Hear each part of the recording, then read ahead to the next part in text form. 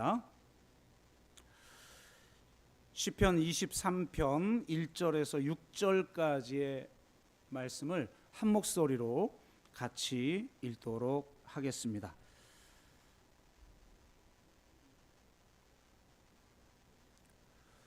네, 같이 한 목소리로 읽겠습니다. 여호와는 나의 목자시니 내게 부족함이 없으리로다.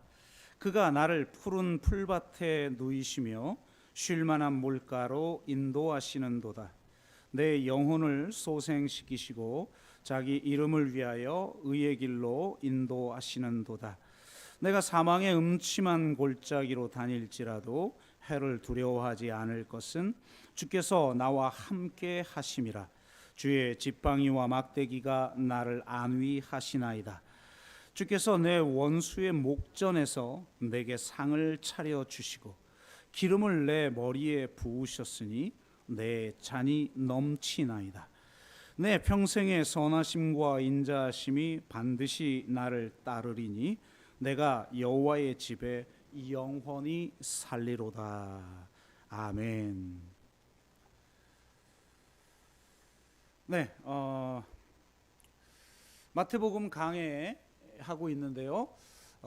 마태복음 뒷부분에 있는 예수님의 마지막 일주일 기간 동안의 말씀과 행적에 대한 이야기를 나누는데요. 아무래도 갈릴리에서 사역하실 때도 여러 충돌이 있었지만 예루살렘에서 충돌은 그 성격이 좀 다르죠. 그리고 예수님이 이제 죽기로 작정하시고 올라가셔서 유대 체제의 기득권자들과 충돌하시는 그런 장면들을 통하여서 복음의 성격이 무엇인지 아주 첨예하게 드러납니다. 그러다 보니까 아주 좀 어려운 주제들을 계속 다루게 되는데요. 한편으로는 쉽게 할 수도 있겠다 이런 생각은 듭니다. 한국 교회는 어떤 본문을 가지고서도 큐티 수준으로 개인에 적용할 수 있는 은혜를 나누고 자기 개발류의 그런 메시지를 전하고 있기 때문에 뭔들 못하겠습니까만 저희 교회는 그런 교회가 아니기 때문에 말씀이 말씀하시는 데까지 나아가야 한다라고 하는 그런 기조를 가지고 있고 복음에 대한 총체적 이해가 이제 필요하다. 그래야만 내 개인의 삶이 바뀌고 공동체의 삶이 바뀌고 또 기독교가 이 세상에 대응하는 방법과 방식이 바뀐다라고 하는 것입니다. 그렇기 때문에 참 첨예하고 예민한 그런 주제들을 계속 다루고 있는데요. 이 더운 여름 많이 지치는데 오늘도 본문 보니까 온라인으로 지금 예배 드리는 분이 16가정 정도 되시는데 김성현 집사님 어머니가 코로나로 지금 걸리셔서 이제 온라인으로 드리시는데요. 또 코로나가 또 다시 기승을 또 좀 부리는 것 같고요. 그런 많은 힘든 시간을 보내시는데 제가 이 아주 어려운 주제들을 계속 다루는 것이 제가 안식월을 마치기 전까지 그러고 있는 것이 조금 부담스러워요. 그리고 최근에 이 주제에 좀 어려워하시는 분들도 있는 것 같고요. 여러분 눈빛 보면 알잖아요. 이렇게. 네. 그래서 아무래도 좀 쉬운 주제를 2주 동안 좀 다루고 제가 안식월을 떠나는 게 맞지 않겠나라는 생각을 했습니다. 그래서 오늘 시편 23편 말씀을 나누게 되는데요. 시편 23편은 시편의 진주라는 별명을 가지고 있을 정도의 많이 알려진 시편이고 한국 교인들이 제일 좋아하는 시편이 23편으로 또 알려져 있습니다. 그리고 시편 23편의 그 장르가 바로 이 개인 신뢰 시편입니다. 그러니까 탄원시도 있을 수 있겠고 역사에 대한 고민이 있을 수 있겠고 다양한 주제가 시편에는 있는데 23편은 개인 신뢰 시편이란 말이죠. 그러니까 어떤 성향과 어떤 관심을 갖든지와 상관없이 모두가 은혜를 누릴 수가 있는 그런 시편입니다. 시편 23편은 두 파트로 나뉩니다. 1절에서 4절은 하나님을 목자로 고백하고 있고 5, 6절은 주인으로 고백을 하고 있는데요. 이 두 가지 주제를 통해서 하나님에 대한 신뢰와 감사가 회복되는 시간이 되기를 바랍니다. 그래서 가능하다면 한번 두 주에 거쳐서 시편 23편 말씀을 나눠 보도록 하겠습니다. 1절 말씀은 이렇죠. 여호와는 나의 목자시니 내게 부족함이 없으리로다. 네, 이렇게 고백하고 있습니다. 굉장히 놀라운 고백이죠. 이 외적인 상황과 상관없이 할 수 있는 고백이에요. 부족함을 느끼는 이유는 객관적인 상황 때문이 아니라 하나님이 나의 목자라는 사실을 진정으로 인정하고 있지 않기 때문입니다. 하나님이 나의 목자라면 우리는 모두 양이죠.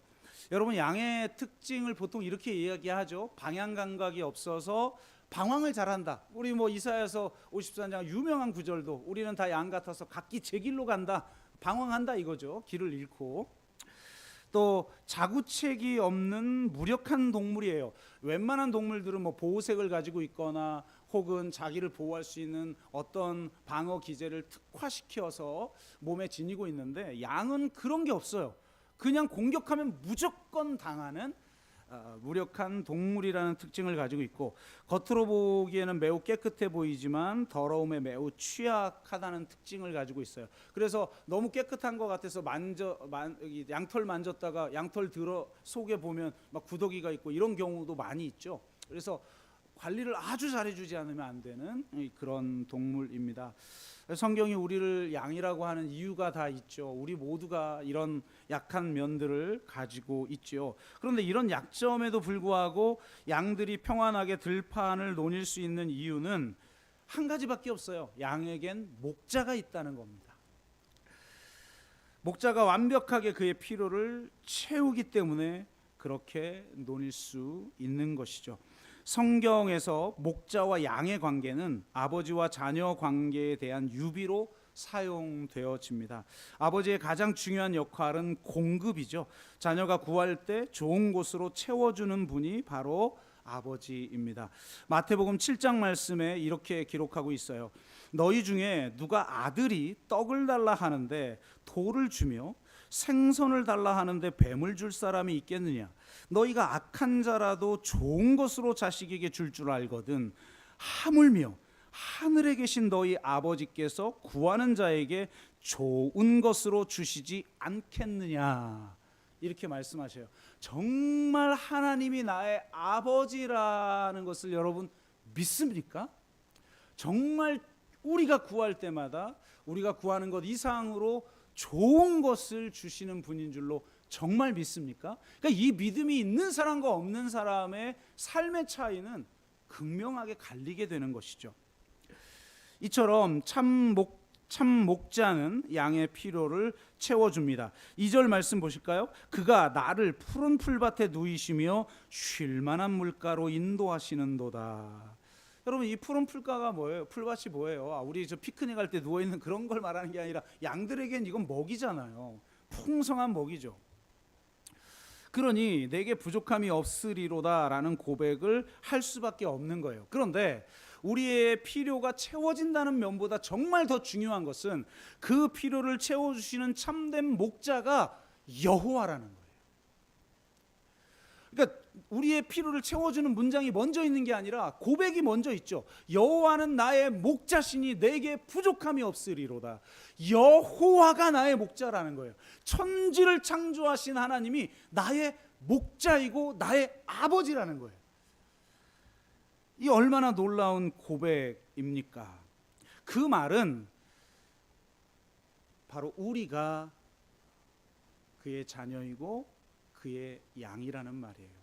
기독교 강요에서 칼빈이 서론에서 이렇게 얘기해요. 하나님이 누구인지를 바로 알아야 내가 누구인지를 바로 알고, 또 역으로 내가 누구인지를 바로 알아야 하나님이 누구인지를 안다. 이런 기가 막힌 이야기를 했죠. 하나님이 누구인지를 알면 내가 누구인지를 알아요. 하나님이 나의 아버지라면 나는 그의 자녀다. 하나님이 나의 참 목자라면 나는 그의 사랑받는 양이다. 아멘. 이 자기 이해의 능력이 인생에 있어서 너무너무나 중요한 거예요.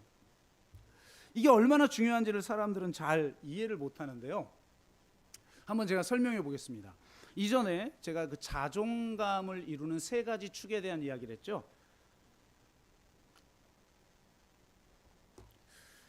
세 가지 축은 이거예요. 자기 효능감, 자기 조절감, 그리고 자기 안전감.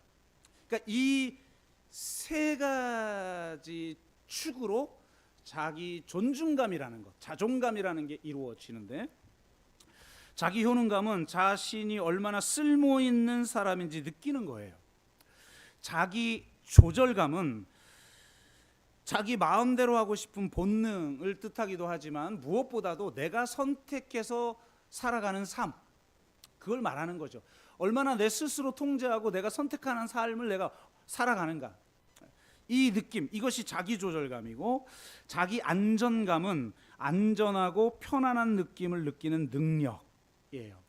그러니까 이 세 가지 감정이 충족이 되어질 때 자아 존중감이 높은 거죠. 그런데 문제가 뭐냐, 지금 시대는 이 세 가지를 채우기 너무 힘든 시대예요. 삶이 너무 불안하잖아요. 안정감을 가질 수가 없죠. 내 뜻대로 살아갈 수 없어요. 자기 조절감이 부족할 수밖에 없죠. 자기 효능감은 더 말할 필요가 없죠. 더군다나 지금 MZ세대는 헬조선이라고 하는 곳에서 살아간다고 느끼고 있으니까 이 자기 효능감은 땅에 떨어지죠. 겉으로 볼 때는 여러분 MZ세대가 막 자유롭고 나는 나야, 나는 나야, 내가 살고 싶은 대로 살아 하고 당당해 보이는데, 그 내면 깊숙한 곳으로 들어가 보면 이 자아 존중감이 무너져 있어요. 그러니까 겉으로 볼 땐 자유로운 것 같은데 많은 사람들이 마음의 상처로 인해 무너지고 있다는 거예요. 젊은이들이. 그래서 이걸 높여야 되는데 문제는 이걸 지금 높이기가 쉽지 않은 시대라는 말이에요. 근데 기독교는 이런 식으로 접근하는 게 아니라 이 세 가지를 높여서 자아 존중감을 채우는 게 아니라 아예 처음부터 이 자아 존중감 자체를 그냥 새롭게 규정해 버린단 말이에요. 새로운 피조물로, 거듭남으로 내가 완전히 다른 존재가 된다라는 것을 깨닫게 하는 거예요. 그래서 완전히 다른 자아 존중감을 가지고 그 나머지 세 가지 축을 충족해 나간다는 거예요.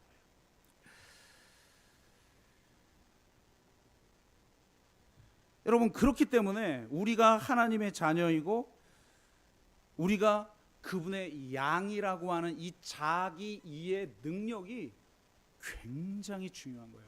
이걸 사람들은 많이 우습게 생각해요. 그런데 그렇지 않아요. 이 자기 이해 능력으로 인해서 궁극의 자기 존중감을 가지고 새로운 삶을 시작할 때만 우리는 우리의 삶을 변화시킬 수가 있고 이 세상을 변화시킬 수가 있는 것입니다. 2008년도에 EBS에서 방영된 다큐멘터리 아이의 사생활 제4부에서 이 다중지능에 대해서 나눠요. 우리 한국교회 교육은 전부 IQ어에 기반한 교육이죠. IQ어가 높아야 세상에서 성공하게끔 되어 있죠. 세상도 그렇고 또 그런 식으로 우리를 몰아가죠. 그런데 실제로 하워드 가드너가 말하기를 우리의 지능은 다양하다. IQ만 있는 게 아니다. 요즘 뭐 대충 말을 해도 뭐 EQ라는 뭐 감성 지능도 있고 소위 말하는 초월 지능, SQ라고 하는 초월 지능도 있고 그렇잖아요. 그러듯이 이 지능이 아주 다양하다라는 거예요. 그리고 사람마다 가지고 있는 발달된 지능이 다 다르다는 거예요. 근데 지능은 다 다른데 그 IQ 훈련만 하고 있잖아요. 국영수만 하고 있잖아요. 이게 무슨 황당한 교육이에요. 이 교육 자체가 무너지니까 아이들도 무너지고 아이들이 무너지니까 교권도 무너지고 지금 교육이 완전 엉망이 돼버렸어요. 지금 많은 교사들이 다 지금 교사를 그만두려고 하고 있잖아요. 힘들어서 못하겠다는 거예요. 오죽하면 자살을 하냔 말이에요. 그러니까 이게 총체적으로 지금 교육이 무너진 거예요.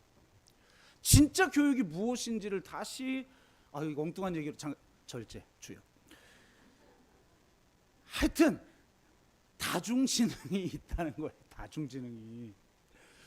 그런데 우리나라 국민 중에 자기 고유 분야에서 뛰어난 업적을 남긴 사람들이 어떤 지능들을 가지고 있는지를 이 프로에서 조사를 한 거예요. 국내 최초 심장 이식술에 성공한 최고의 외과 의사 송명근, 2007년 제35회 로잔 국제발레 콩쿠르에서 1위를 차지한 발레리나 박세은, 1999년 올해의 디자이너상을 수상했으며 유럽에서도 널리 알려진 패션 디자이너 이상봉, 등등등등, 이름만 말을 하면 알 수 있는 그런 사람들의 다중 지능을 조사한 거예요. 이 사람들은 도대체 어떤 지능을 가지고 있기에 이렇게 탁월한 성과를 냈는가 조사를 했는데, 이 결과가 재미있어요. 자, 보세요. 분야가 다 다르잖아요. 그러면 지능도 다르겠죠. 국영수 잘한다고 발레 잘하는 건 아닐 거 아니에요. 그러니까 자기 분야와 관련된 지능이 매우 높았어요. 당연하겠죠. 자기 관련 분야에 자기 해당 분야, 각각 해당 분야와 관련된 지능이 높지 않고 어떻게 성공을 했겠어요. 그런데 진짜 재미있는 결론은 뭐냐면, 분야가 다 다르니까 가지고 있는 지능들이 다중지능이 만약에 10가지라고 합시다. 제 기억엔 12가지인가로 돼 있었던 것 같은데, 그 중에 내가 한 3-4가지가 특별히 발달했을 거 아니에요. 그러면 각 분야에 성과를 가진 사람들을 조사했으니까 다 다중지능을 다르게 가지고 있겠죠. 다 다르게 가지고 있는데, 놀랍게 지금 이 조사의 결과의 놀라운 점은 뭐냐면, 지능이 다 다른데 여기서 성공한 모든 사람들이 공통적으로 가지고 있는 한 가지가 딱 밝혀졌다는 거예요. 그러니까 다 달라요. 예를 들어 3-4가지가, 어떤 사람 3-4가지 다 다르겠죠. 그런데 그 모든 사람들이 공통되게 가지고 있는 단 한 가지가 있더라는 거예요. 이게 뭐냐?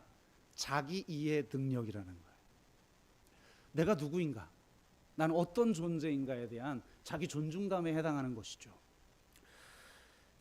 그러니까 다시 말을 하면, 논리, 수리, 지능만 높다고 해서 뛰어난 과학자가 되는 것도 아니고, 음악 지능만 높다고 해서 뛰어난 음악가로 성공하는 것도 아니라는 거예요. 운동 지능만 높아서는 뛰어난 운동선수로 성공하기 어렵다는 거예요. 어느 한 가지 이상의 지능과 함께 반드시 이 자기 이해 지능, 이 높아야만 뛰어난 업적을 이룰 수 있었다는 거예요. 그렇다는 건 이 자기 이해 지능은 다른 지능의 발휘를 돕는 일종의 지능의 지능, 즉 메타 지능에 해당하다는 겁니다. 여러분, 이게 굉장히 중요한 이야기를 하고 있는 거예요. 자기 이해 지능은 그 자체로는 뚜렷한 능력 발휘의 징표가 되지는 않지만, 다른 지능과 결합함으로써 그 지능을 크게 발휘시키는 일종의 촉매나 효소 같은 역할을 한다는 거예요.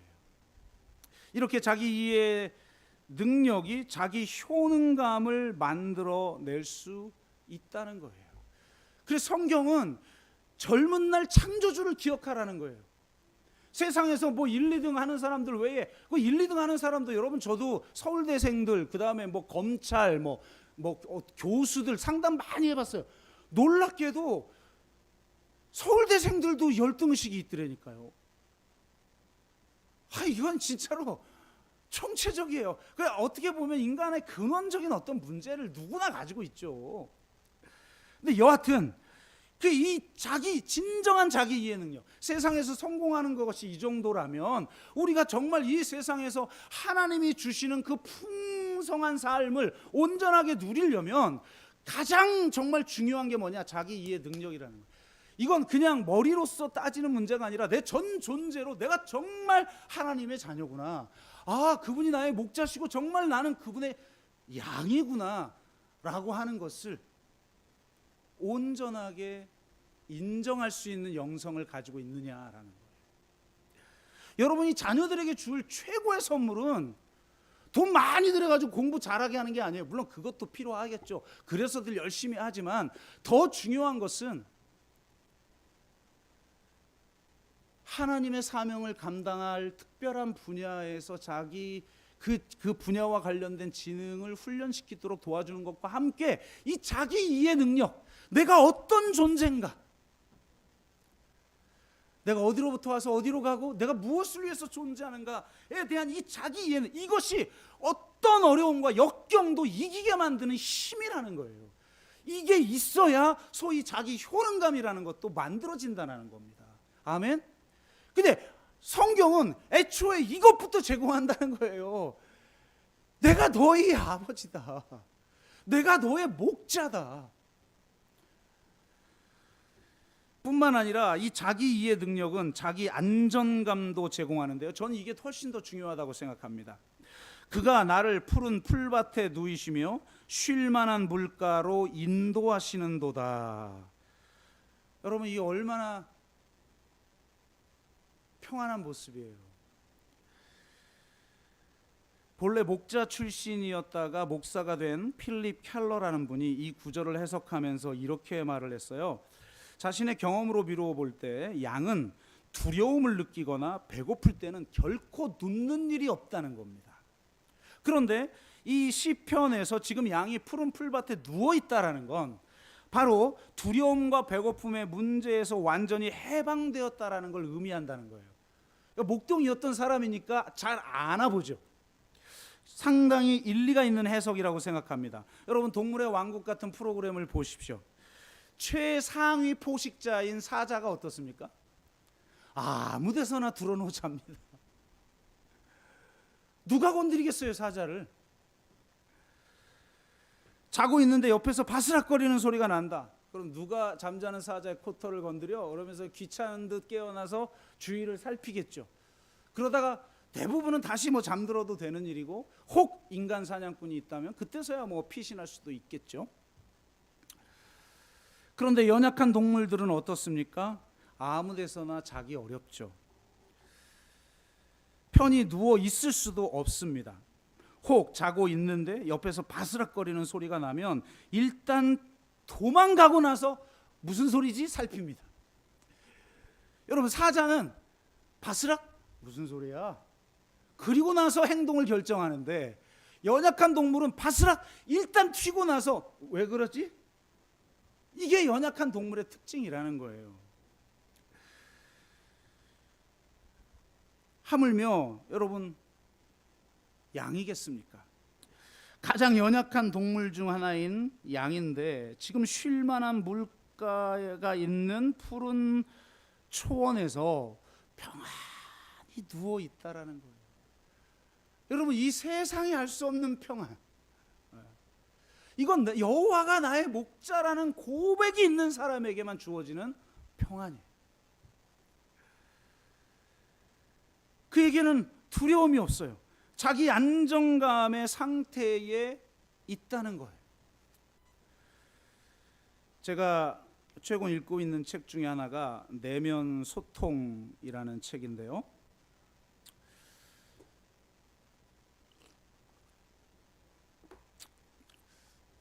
제가 주중에 조금 어려운 책을 읽으면 설교가 조금 어려워지고, 주중에 좀 쉬운 책을 읽으면 설교가 쉬워진다라는 그런 경향성을 간파한 제 아내가, 제가 가끔 어려운 책을 읽고 있으면 막 와서 덮어버리고 가져가고 이런 만행을 저지릅니다.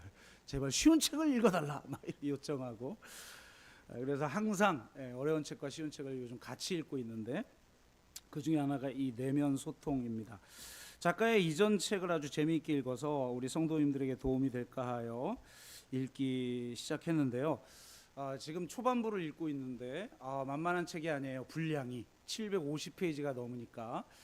어쨌든 이 책의 부제가 삶의 변화를 가져오는 마음 근력 훈련이에요. 서두에서 그러니까 왜 도대체 마음 훈련이 필요한가를 설득시키기 위해서 뇌과학 이론을 가지고 설명을 합니다. 그러니까 현대 뇌과학에 밝혀진 바에 의하면 지금 우리가 가지고 있는 이 뇌라는 것은 현대 사회에 적합하지 않다는 거예요. 우리의 뇌는 수렵과 채집이 기본적인 생존 방식이었던 원시 사회에나 어울리는 구조라고 합니다. 현대인의 생물학적 구조는 기본적으로 3만 5천 년 전의 조상과 유사하다는 거예요. 그러니까 3만 5천 년 동안에 어마어마한 인류의 변화가 있었는데, 우리의 뇌 구조는 그 전하고 똑같다는 거예요. 이게 근본적 문제를 만들어낸다는 겁니다. 뇌는 생존의 위협을 느끼면, 그러니까 현대인이 원시인의 뇌로 살아가면서 부딪히는 가장 큰 문제는 위기 상황에 대한 반응 방식에서 일어나는데요.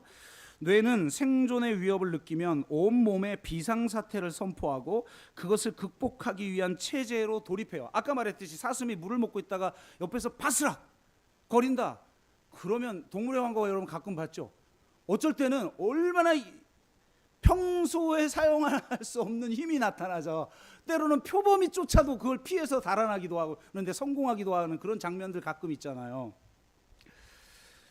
그러니까 우선 필요한 것은 도망하기 위한 근육의 힘이기 때문에 심박수를 올려 근육세포에 더 많은 에너지와 산소를 공급하죠. 그래서 여러분 열받고 뭐 위기 상황이다 생각되면 막 심장이 막 뛰잖아요. 평소 뇌는 소화기관에 많은 에너지를 보내지만 위기 상황에서는 모든 에너지를 근육에 집중시키기 때문에 소화 기능이 저하되죠. 그래서 스트레스 쌓인 사람들이 위궤양에 걸리는 거예요. 또 뇌는 평소 면역 시스템을 유지하는 데도 많은 에너지를 쓰는데 비상사태를 해결하는 데 집중하기 위해 뇌는 이 면역 기능도 떨어뜨리는 거예요. 그러니까 다양한 실험을 통해서 밝혀진 거죠. 이 뇌의 이 역학을.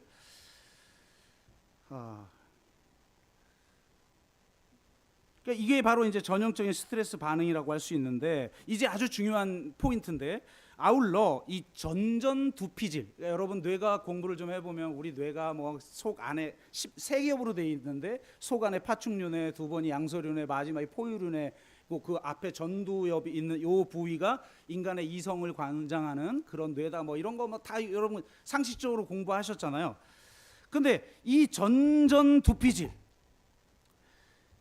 중심이 되어 수행하는 합리적이고 논리적으로 생각하는 능력도 급격히 떨어진다는 거예요. 여러분 아주 위기 상황인데 합리적으로 요거 지금 오는 게 뭘까?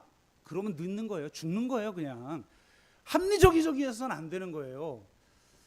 우리의 존재는 기본적으로 보수적이죠. 왜? 내 존재를 보호하고 싶은 생존 본능이 인간의 본질적인 본능이기 때문에. 그래서 인간의 본질적 바탕은 보수적인 거예요. 그러니까 이런 시스템이라는 거예요. 우리 인간의 이 시스템이 이렇게 작동하는 거예요.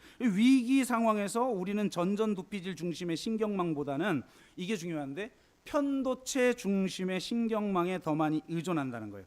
편도체는 위기 상황이 되면 일단 두려움과 공포라는 감정을 불러일으키는 거예요. 이 감정이 있어야 피하는 거죠. 높은 곳에 갔는데도 이런 두려움과 공포가 없어. 그러면 뭐 널널하다가 떨어져 죽는 거죠.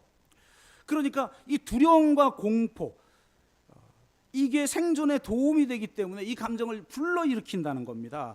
이 두려움과 공포가 속히 해결되지 않으면 흔히 분노나 공격 성향으로 표출이 됩니다. 내면의 불안감을 외부에 대한 공격으로 해소하고자 하는 감정이 바로 분노인 거예요. 그러니까 여러분 누가 좀 짜증내고 막 분노하고 있다 그러면 거기서 분노를 보면 안 되는 거예요.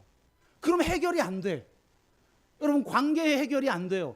그 분노 속에 있는 그 안에 있는 두려움의 정체가 뭐냐? 이걸 봐야 되는 거예요. 그래야 해결이 되는 거예요.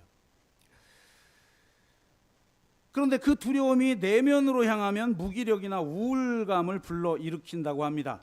분노나 짜증 혹은 무기력이나 우울감 등의 부정적 감정은 두려움이 지속될 때 나타나는 좌절감의 표현이에요. 그러니까 모든 부정적 감정의 근원이 두려움인 것이죠. 이건 이제 뇌과학에서 이야기하는 정도지만 우리는 신학적으로 인간의 가장 근원적인 바탕 생각이 있다. 제가 인간의 바탕 생각은 두 가지다라고 그랬죠. 하나는 사랑, 하나는 두려움이에요.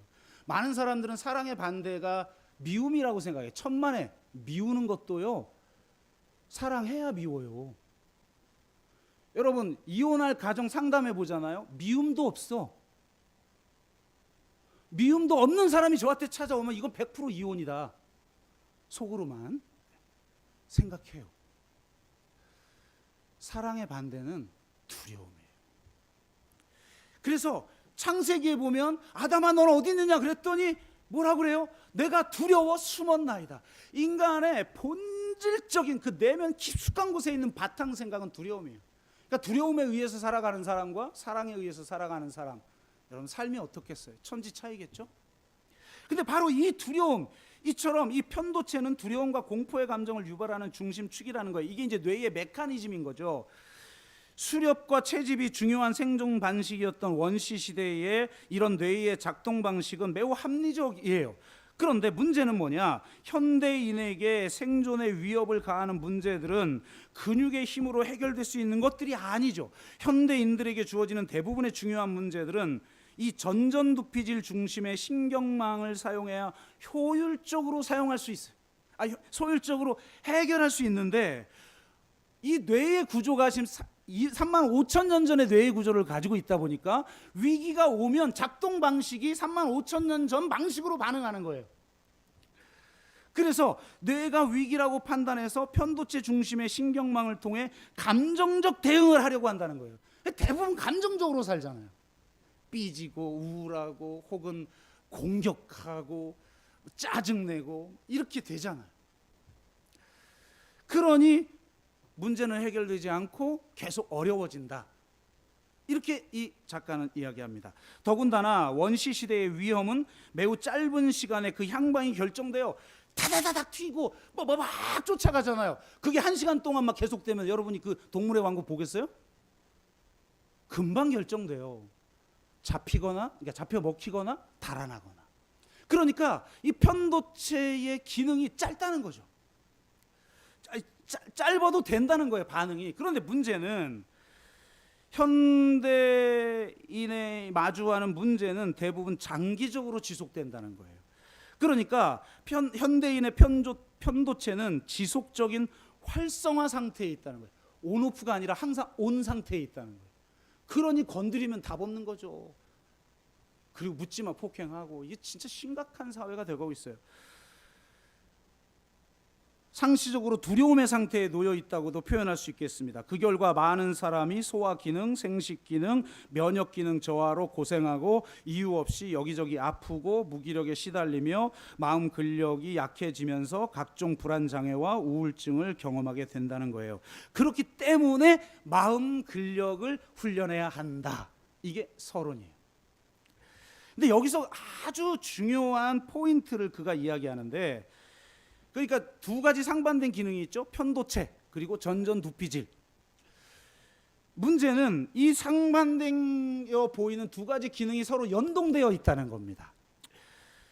하나가 활성되면 다른 하나가 비활성화되는 경향이 있다는 점이에요. 시소처럼 하나가 올라가면 다른 하나는 내려가요. 편도체가 활성화되면 전전두피질의 기능이 저하되고, 반대로 전전두피질이 활성화되면 편도체를 안정적으로 억제할 수 있다는 거예요. 근데 문제는 편도체가 만성적으로 활성화되어 있기 때문에 위기가 오면 전전두피질이 활성화될 수 있는 역량을 발휘하기도 전에 편도체가 압도해 버린다는 거예요. 우리를 두려움과 공포의 마인드로 그 내면 깊숙한 곳에 있는 그 근원적 두려움을 건드리니까 그 두려움으로 말미암아 나타나는 이 분노와 짜증 혹은 우울함과 슬픔, 이런 것들이 작동하는 거죠. 그래서 전전두피질을 활성화시킬 수 있는 다양한 기법을 자기가 해보려고 해도 그 모든 시도가 물거품이 된다는 거예요. 그래서 마음 근력의 핵심이 되는 전전두피질을 활성화하기 위해서는 먼저 우선적으로 편도체부터 안정화할 필요가 있다라는 거예요. 그러니까 마음 근력 훈련의 핵심은 편도체 안정화다. 쉽죠? 나는 좀 더 어렵게 설명할 수 있는데 어쨌든 이렇다는 거예요. 그리고 이제 여기까지 읽었어요. 그리고 그 다음에 그걸 그런 마음 근력 훈련의 방법하고 차례를 보니까 여러 가지 나오더라고. 명상도 나오고 심리학 기법도 나오고 그러는데 한번 제가 읽어보고 도움이 되면 전달해 드리도록 하겠습니다. 그런데 자 보세요. 저는 이 서론을 읽으면서 그렇다. 물론 뇌과학으로 설명을 했지만 이걸 신학적으로 이야기하면 인간의 근본적인 바탕생각, 죽음에 대한 두려움, 인정받지 못할 거에 대한 두려움, 무의미할 거에 대한 두려움, 존재의 사라짐에 대한 두려움, 또 사랑받지 못할 것에 대한 두려움, 거부당할 것에 대한 두려움, 각종 두려움이 응축돼 있잖아요. 우리 내면 깊숙한 곳에. 그런데 어떻게 편도체를 활성화시킬 수 있겠어요? 어떤 기법으로? 편도체를 안정화시킨다는 건 두려움으로부터의 자유예요. 진정한 안정감을 가져야 편도체를 비활성화시킬 수 있는 거죠. 진정한 안정감을 가질 때에만 외적인 위기 상황이 와도 그 두려움을 작동시키는 편도체의 기능이 비활성화된다는 거예요. 그럼 진정한 안정감은 어디에서 오냐 이 말이에요. 저는 난 하여튼 요즘 어떤 책을 읽어도 막 어려운 책을 읽든 철학책을 읽든 인문학 책을 읽든 다 읽고 나면 뭐야 이거 맨날 성경에 다 답이 있는 거 얘기하고 있잖아. 이런 느낌이라니까요. 성경은 아예 너는 내 사랑하는 자요 내 기뻐하는 자부터 시작하는 거예요. 너는 내 자녀다. 사랑받는 자녀다. 너는 나의 양이다. 그 사랑을 우리에게 경험시켜서 우리의 존재를 변화시키고 새로운 피조물이 되어 우리의 자아 존중감을 완전히 바꿔놓는 거예요. 그래서 완전히 새로운 삶을 출발할 수 있도록 하느님, 여러분 자녀에게, 우리 지금 젊은 세대들에게 진짜 좋아야 될 진짜 자기 이해 능력이 바로 복음이 제시하는 능력인 것입니다. 하나님이 나의 목자시고 그분이 나의 부모이시기 때문에 내가 그의 자녀이고 그의 양이라는 이 자기 이해가 자기 안정감을 준다는 거예요. 하나님과의 바른 관계를 통해 진정한 자기 이해를 가지게 되면 자기 효능감과 자기 조절감뿐 아니라 자기 안정감까지 가지게 된다는 겁니다. 왜? 우리 안에 근원적인 두려움이 해결되기 때문입니다. 그런데 신약은 이 구약에서 말하는 참된 목자보다 한 단계 더 나아갑니다. 목자와 양과의 관계에 대해서 이야기하는 말씀이 요한복음 10장에 나오죠. 주님은 자신이 참된 목자라고 말씀하셨고 너희는 나의 양이라고 말씀을 하셨어요. 이 목자와 양과의 관계를 이야기하면서 구약보다 한 단계 더 나아가는데 주님은 이렇게 말씀하셔요. 나는 선한 목자라. 선한 목자는 양들을 위하여 목숨을 버리거니와 삭구는 목자가 아니요 양도 제 양이 아니라 이리가 오는 것을 보면 양을 버리고 달아나나니 이리가 양을 물어가고 또 해치느니라. 나는 선한 목자라. 나는 내 양을 알고 양도 나를 아는 것이 아버지께서 나를 아시고 내가 아버지를 아는 것 같이 나는 양을 위하여 목숨을 버리노라. 여러분, 구약의 목자도 목숨을 걸고 양을 지킵니다. 이런 거에 대해서는 이제 시편 나머지 구절 다음 주에 한번 나누게 될지도 모르겠는데요.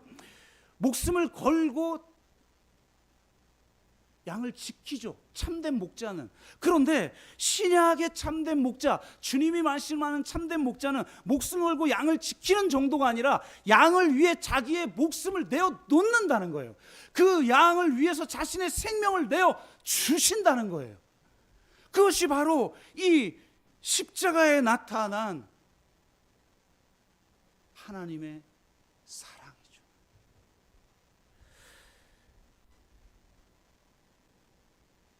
우리의 목자는 우리를 위해 자기 생명을 내어 주시는 목자이십니다. 우리를 위해 자신의 생명까지 내어 주시는 바로 그 사랑이 우리 안에 있는 근원적인 두려움을 내어 쫓아요. 요한일서 4장 18절에서 19절. 사랑 안에 두려움이 없고 온전한 사랑이 두려움을 내쫓나니. 미움을 내쫓는 게 아니에요. 의심을 내쫓는 게 아니에요. 두려움을 내쫓습니다. 두려움을 내쫓나니 두려움에는 형벌이 있습니다. 두려워하는 자는 사랑 안에서 온전히 이루지 못하였느니라. 우리가 사랑함은 그가 먼저 우리를 사랑하셨음이니라. 아멘. 여러분, 이게 별거 아닌 것 같죠? 진짜 하나님의 사랑을 한번 경험해 보세요. 진짜 살아계신 하나님을 한번 만나보세요. 진짜 십자가에 달린 예수님을 인격적으로 한번 만나보세요. 인생이 달라집니다. 우리 안에 있는 근원적 두려움이 해결됩니다. 그 두려움이 만들어내는 목마름이 해갈됩니다. 그래서 쉴만한 물가에서, 쉴만한 물가가 있는 푸른 초장에서 양이 편히 누워 쉴 수 있는 것입니다. 자기 생명까지 내어주는 참된 목자의 사랑을 통해 두려움을 내어 쫓을 때 진정한 자기 안정감을 누리게 되는 줄로 믿습니다. 그 안정감을 가지고 정말 세상에서 주의 사명을 온전히 감당하는 저와 여러분 되시길 주의 이름으로 축원합니다. 이와 연결하여 한 구절만 더 나누기를 원하는데요. 4절 말씀입니다. 내가 사망의 음침한 골짜기로 다닐지라도 해를 두려워하지 않을 것은 주께서 나와 함께 하심이라. 아멘. 여러분, 하나님이 나의 목자시고 나의 아버지이시기 때문에, 그리고 우리는 그의 자녀이고 그의 양이기 때문에 쉴 만한 물가가 있는 푸른 초장에 누워서 안식을 누리는 축복이 우리에게 주어졌죠. 그런데 성경은 이것만 말하지 않는다는 겁니다. 이것이 우리 인생의 전부가 아니에요. 시인이 고백하는 것처럼 우리는 인생에서 반드시 사망의 음침한 골짜기를 지나는 시간을 보내게 되어 있습니다. 사망의 음침한이란 히브리어 찰마메트인데 이 죽음의 위험이 있는 곳을 뜻합니다. 성경에서 자주 쓰이는 구절인데요. 대표적인 구절이 예레미야 2장 6절 말씀이에요. 그들이 우리를 애굽에서 인도하여 내시고 광야 곧 사막과 구덩이 땅 건조하고 사망의 그늘진, 이게 찰마메트예요. 땅, 사람이 그곳으로 다니지 아니하고 그곳에 사람이 거주하지 아니하는 땅을 우리가 통과하게 하시던 여호와께서 어디 계시냐 하고 말하지 아니하였도다. 그러니까 이스라엘 백성들이 출애굽하여 40년 동안 관통해야 했던 그 생명이 없는 땅, 그 광야, 죽음의 땅, 그게 찰마메트라는 겁니다. 그런 땅을 지나가는 시간이 있다는 거예요. 이건 단순히 외적 환경이 그럴 때도 있고, 외적 환경만이 아니라 남들이 볼 땐 별 문제 없어 보이는데도 내 영혼이 이 찰마메트를 지나야 하는 시간을 보내야 하는 때가 있다는 거예요. 내가 마치 이 사망의 음침한 골짜기에 빠져 더 이상 헤어나지 못하는 것 같은 영혼의 어두운 밤의 시간을 보내야 하는 때가 있다는 거예요. 우리는.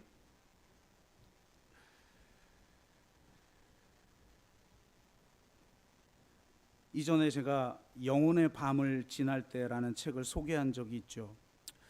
우울증을 안고 살아갔던 7명의 신앙인들의 이야기에 관한 책인데요.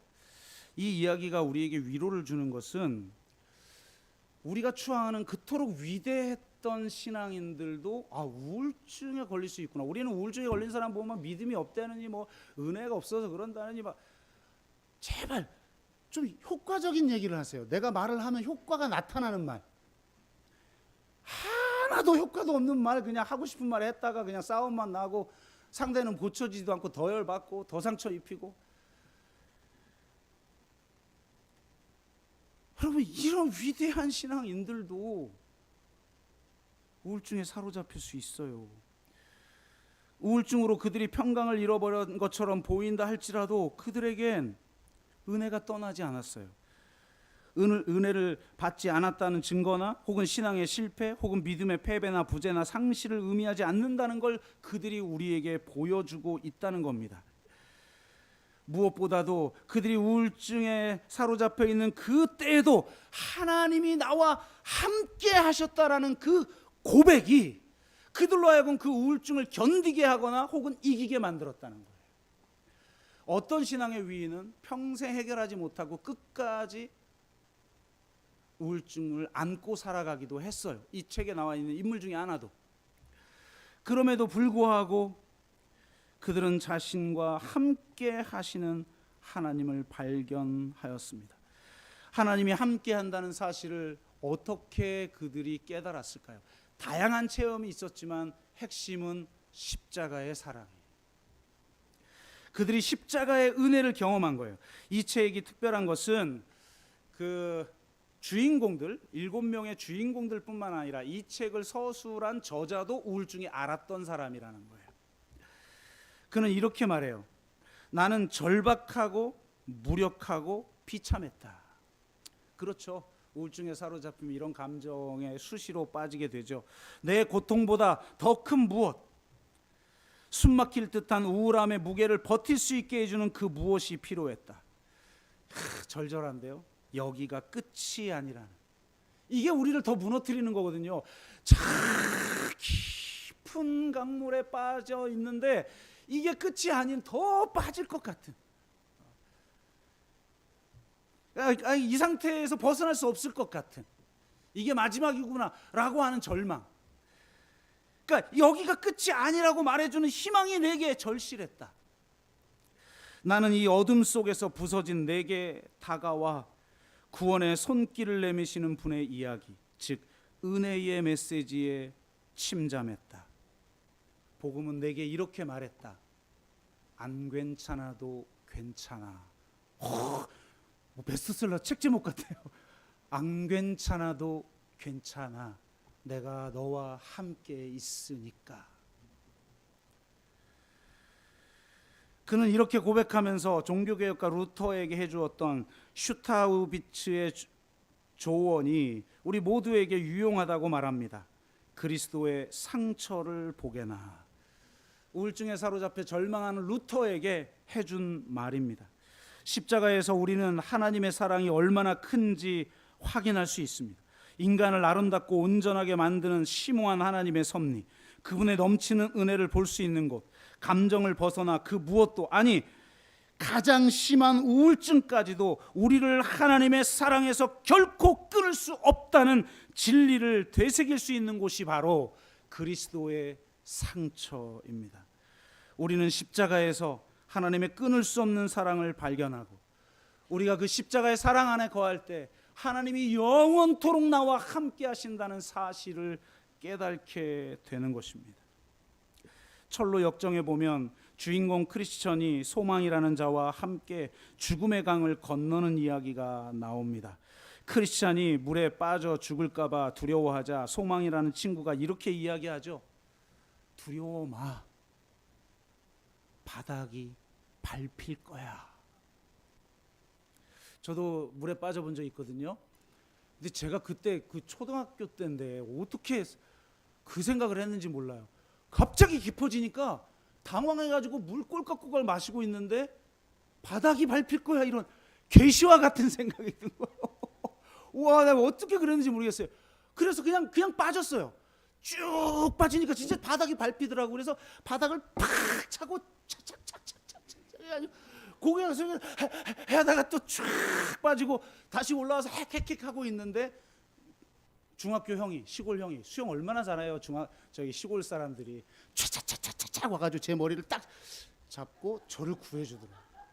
그때 잡힌 머리 때문에 제 머리가 이렇게 됐는지 모르겠는데, 아, 바닥이 밟히는구나.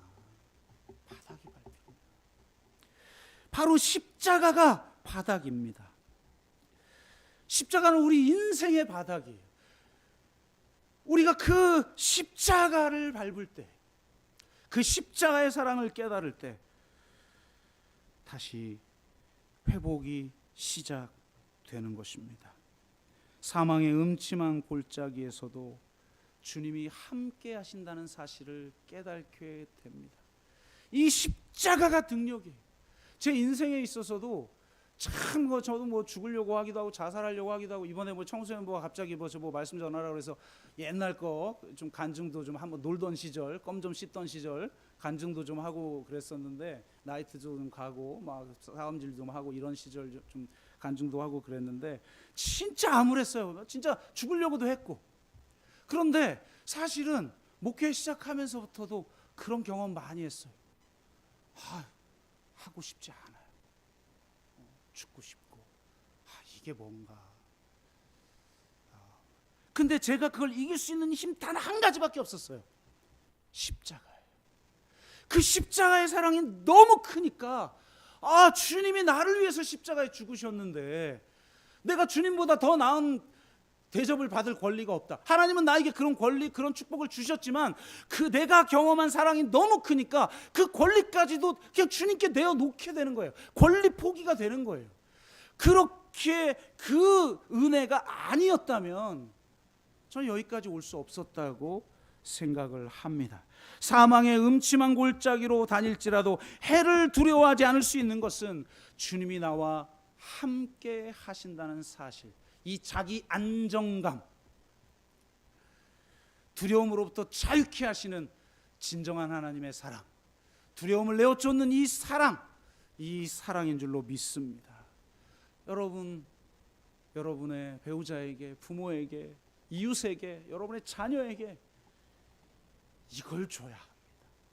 복음을 경험시켜야 합니다. 말씀을 맺습니다.